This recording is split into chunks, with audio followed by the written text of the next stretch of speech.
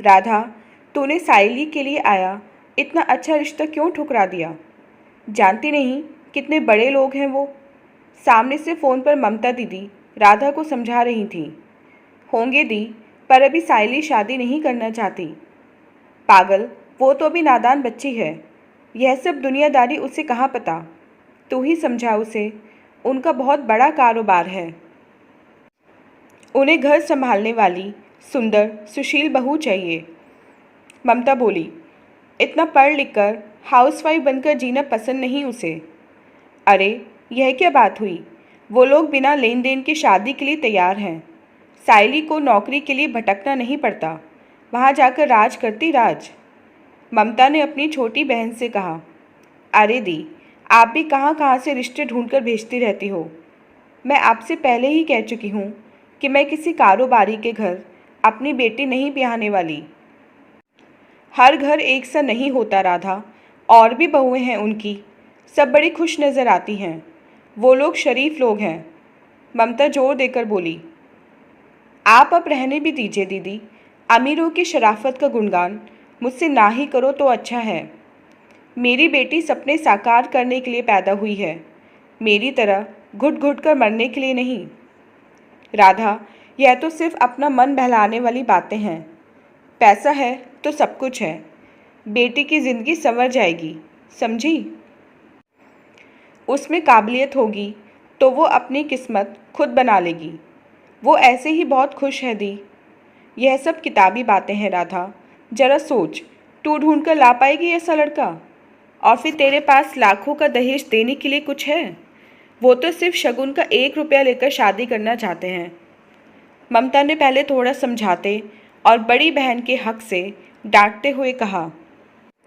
क्यों दी, मुझे याद है उन्होंने बड़े लड़के की शादी में तो बहुत सारा दहेज बटोरा था। फिर अचानक मुझ पर और मेरी बेटी पर क्यों तरस खा रहे हैं? राधा ने पूछा। तरस वरस कुछ नहीं, तेरे जीजाजी उनके खास आदमियों में से एक हैं। उन्होंने ही साइली के लिए उनसे बात की थी। पहले तैयार नहीं थे, पर तेरे जीजाजी ने मना लिया। मान जा राधा, हमारी साइली राज करेगी राज। नहीं दी, क्या थे दी? राज करने के लिए तो मेरा भी ब्याह एक कारोबारी से किया था। बाद में क्या हुआ यह तो सब आप जानती ही हैं। उस समय पिताजी ने पढ़ाई पूरी करने दी होती तो आज परिस्थिति कुछ और होती। राधा, तू पुराने दुखड़े मत सुनाया कर। यह सब तो नसीब का खेल है। जो तेरे साथ हुआ ज़रूरी नहीं साइली के साथ हो। मैं इस विषय पर और बहस नहीं करना चाहती दी। एक तो लड़का साइली से कम पढ़ा, दूसरे बाप की कमाई पर ऐश कर रहा है। ऐसे लड़के का भला क्या अस्तित्व दी? पर वो आधी जायदाद का मालिक तो है। तू अभी का क्यों देख रही है? जरा आगे की सोच राधा। इतनी सी बात को लेकर सोने जैसा लड़का क्यों ठुकरा रही है? दी, मेरी बेटी एक अनमोल हीरा है। वो अपनी ज़िंदगी खुद रोशन कर सकती है।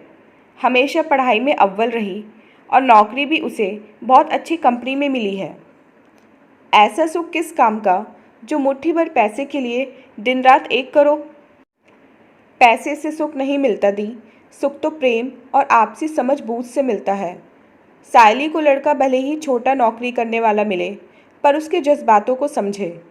जब दोनों मिलकर साथ कमाएंगे तो ज़िंदगी भी अपनी मर्जी की जिएंगे। राधा बोली। ऐसी ज़िंदगी में क्या सुख है राधा, ज़रा बता। और फिर घर और ऑफिस संभालना आसान नहीं होता राधा।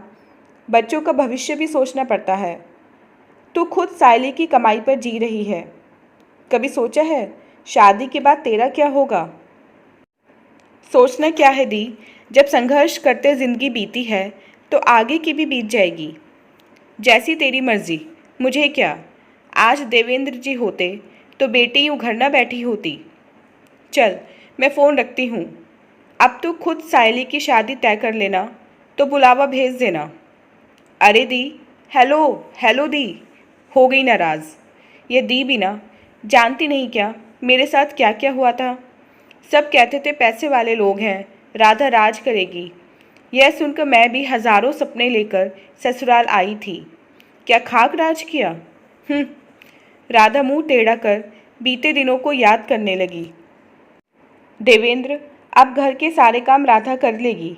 तुम आज ही नौकरानी का हिसाब कर दो। हम थोड़े से लोगों के लिए नौकरानी की क्या ज़रूरत। माता जी ने मातृभक्त बेटे को आदेश दिया। जी माता जी, कल ही हिसाब कर देता हूँ, देवेंद्र ने जवाब दिया। बड़े घर में राज जो शुरू हो गया था। मेरे आते ही नौकरानी गायब, ऊपर से देवर जी की फरमाइशें। भाभी जी, ये चाहिए वो चाहिए, कपड़े पर कैसी इस्त्री की है। आने तो भैया को उन्हें बताता हूँ कि आप मेरे साथ कैसा सौतेला व्यवहार करती हो। नागेंद्र की उद्दंडता पर माताजी चुप रहती थीं। देवर जी, हर समय इतना चिल्लाने की ज़रूरत नहीं है।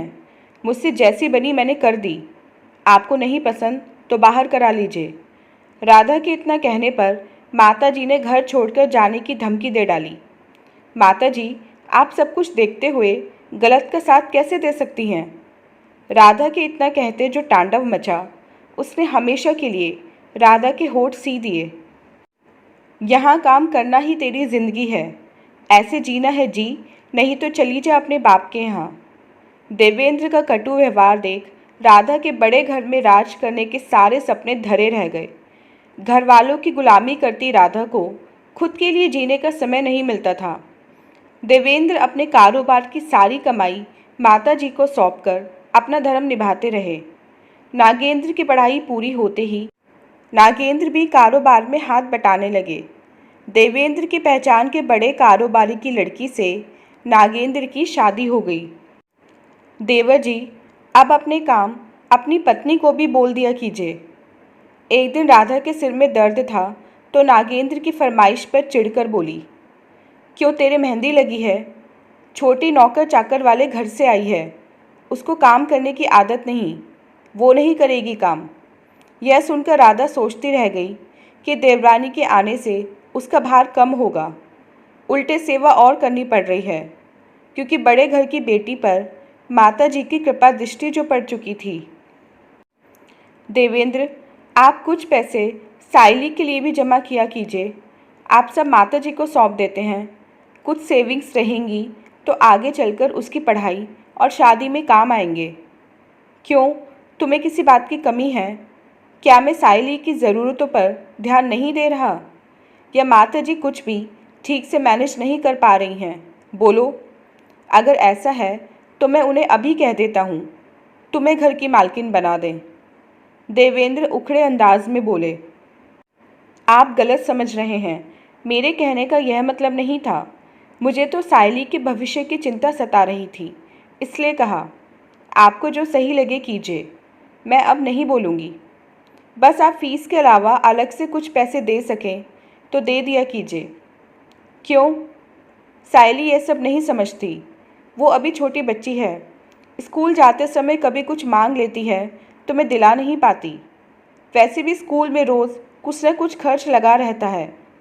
मुझे माता जी को छोटे मोटे खर्चों के लिए बार बार परेशान करना अच्छा नहीं लगता। ठीक है। देवेंद्र को यह बात समझ आ गई तो चुपचाप राधा को हर महीने साइली की फ़ीस के अलावा स्कूल में होने वाले ऊपरी खर्चों के लिए राधा को 10,000 रुपये देने लगे। देवेंद्र ने इस बात का जिक्र घर में नहीं किया और ना ही राधा ने किया। राधा बचे पैसों को जमा करती रही। देवेंद्र सब कुछ माता जी को सौंपकर बेटी और पत्नी और अपने स्वास्थ्य और बच्चे के भविष्य को नज़रअंदाज करते रहे। एक दिन देवेंद्र को दिल का दौरा पड़ा और वो इस दुनिया से चले गए। उनके जाने के बाद, इतनी मेहनत के बाद हमें अंत में मिला क्या। देवेंद्र के जाते ही देवर ने सब कुछ अपने कब्जे में कर लिया। फिर वही हुआ जिसके लिए मैं हमेशा ही टोकती थी। मालिक बनते ही देवर का व्यवहार बदल गया। तिजोरी की चाबी माताजी के हाथ से निकल देवरानी के हाथ आ गई थी। उसे राधा और माताजी बोझ लगने लगे थे। घर में 2 वक्त की रोटी भी शांति से नसीब नहीं थी। आपको पैसे चाहिए? क्यों भाभी, साइली की पूरे साल की फ़ीस तो हम भर ही चुके हैं। स्कूल यूनिफॉर्म आ गई, पुस्तकें आ गईं, अब और क्या चाहिए। घर में राशन से लेकर हर ज़रूरत की वस्तु है, तो आपको पैसे की क्या ज़रूरत है। नागेंद्र ने कहा, ज़िंदगी में सिर्फ यही ज़रूरत नहीं होती देवर जी, कई ज़रूरतें हर किसी से बोली नहीं जाती। मैं तुमसे तुम्हारे पैसे कहाँ मांग रही हूँ, यह तो हमारे हक के पैसे हैं। वैसे भी यह बिजनेस मेरे पति ने खड़ा किया था। अब राधा की सहन शक्ति जवाब देने लगी थी। तो लो, संभाल लो बिजनेस, 2 दिन में डूब जाएगा और तुम रास्ते पर आ जाओगी। यह लो पैसे। 5,000 की गड्डी सामने फेंक नागेंद्र चला गया। मेरा देवेंद्र राम था मेरा, और यह कहते कहते माता जी की आंखें छलछला आईं। जाओ बहू, मेरा बक्सा अपने कमरे में ले आओ। जी माता जी। राधा अंदर से माता जी का बक्सा ले आई। यह लीजिए बक्सा माता जी। माता जी को राधा हमेशा कठोर हृदय का समझती थी, क्योंकि वो सलूक ही ऐसा करती थी। पर देवेंद्र के जाने के बाद उनका राधा और सायली के प्रति व्यवहार बदल गया था। माता जी ने बक्सा खोलकर अपने जेवर और जमा किए पैसे राधा को दिए। यह मेरे जेवर और कुछ पैसे हैं जो मैंने घर के खर्चों से निकालकर जमा किए थे। लो, तुम इन्हें सायली के विवाह के लिए रख लो बहू। माता जी, इन्हें आप ही संभाले रहिए। राधा भावुक होकर बोली। नहीं बहू, अब सब कुछ बदल गया। मेरे हाथ में कुछ नहीं रहा। अब मेरे हाथ से ये बक्सा भी कब चला जाए पता नहीं। और हाँ, यह पेपर भी संभाल कर रख लो, अब तुम्हें इनकी ज़रूरत पड़ने वाली है। ये कहाँ के पेपर हैं माता जी? ये हमारे पुराने घर के पेपर हैं, जो मैंने नागेंद्र के बदलते रंग ढंग देखकर सायली के जन्म के बाद चुपचाप तुम्हारे नाम कर दिया था। इन्होंने तो मुझे कभी नहीं बताया। यह सुन राधा आश्चर्य से बोली। यह बात देवेंद्र भी नहीं जानता था तो बताता कैसे? उसे पता चलता तो वो ऐसा करने ही नहीं देता। बस यही है मेरे पास, और मेरे पास तुम्हें देने को और कुछ नहीं बचा। यह सुनकर राधा की आंखें भर आईं। आपने आशीर्वाद के रूप में सिर पर छत दे दी, यही बहुत है माता जी। माता जी के पैरों में सिर रखकर सिसकने लगी। रोज रोज के क्लेश से आहत माता जी भी चल बसी।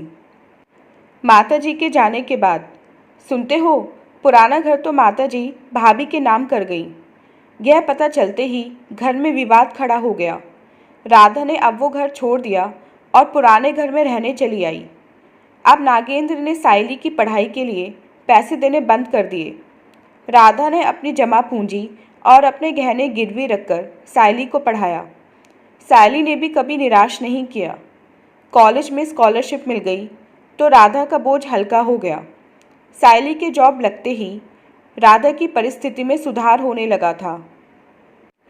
नहीं दी, मेरी सायली ऐसे घर में नहीं जाएगी जहाँ उसे गरीब घर की होने के कारण किसी की गुलामी करनी पड़े। नहीं नहीं, मैं किसी की बातों में आकर ऐसा बिल्कुल नहीं करूँगी। राधा बड़बड़ाई। माँ, तू किस सोच में डूबी हुई है? सायली ने पास बैठते हुए पूछा। अरे, तू कब आई? सायली को समीप देख राधा चौंक गई। बस अभी अभी आई माँ, पर मेरी ओर तेरा ध्यान ही कहाँ रहता है। माँ की गोद में सिर रखकर लेटते हुए सायली ने कहा। बता क्या हुआ, इतनी टेंशन क्यों? आज सुबह तेरी मौसी ने एक रिश्ता भेजा है। बहुत ही पैसे वाले लोग हैं, बिना दहेज शादी के लिए तैयार हैं। तुमने कहा नहीं माँ, मैं भी शादी नहीं करना चाहती। तू पूरी बात तो सुन। उनसे बात करने पर पता चला शादी के बाद बहू से नौकरी करवाना उनकी शान के खिलाफ था। मैंने ऐसे रिश्ते के लिए मना कर दिया तो तेरी मौसी नाराज़ हो गई। अच्छा किया माँ, हो जाने दो गुस्सा। कुछ दिन की नाराज़गी है, सब ठीक हो जाएगा। आपको उन लोगों से मिलना ही नहीं चाहिए था। क्या कोई जानता नहीं हमने पापा के जाने के बाद क्या क्या सहा। दीदी बड़ी हैं, इसलिए एकदम से उन्हें मना भी तो नहीं कर सकती थी। तब मौसी को हमारी याद नहीं आती थी जब हमें अपनों की ज़रूरत थी। माँ, सबने कोई न कोई मजबूरी गिना दी थी। हमारी मदद के लिए कोई आगे नहीं आया, और अब सायली माँ को परेशान देख दुखी हो गई। छोड़ बेटा, सुखी जीवन जीने वालों को हमारी पीड़ा कैसे महसूस होती। सबकी कुछ न कुछ तो मजबूरियाँ रही होंगी।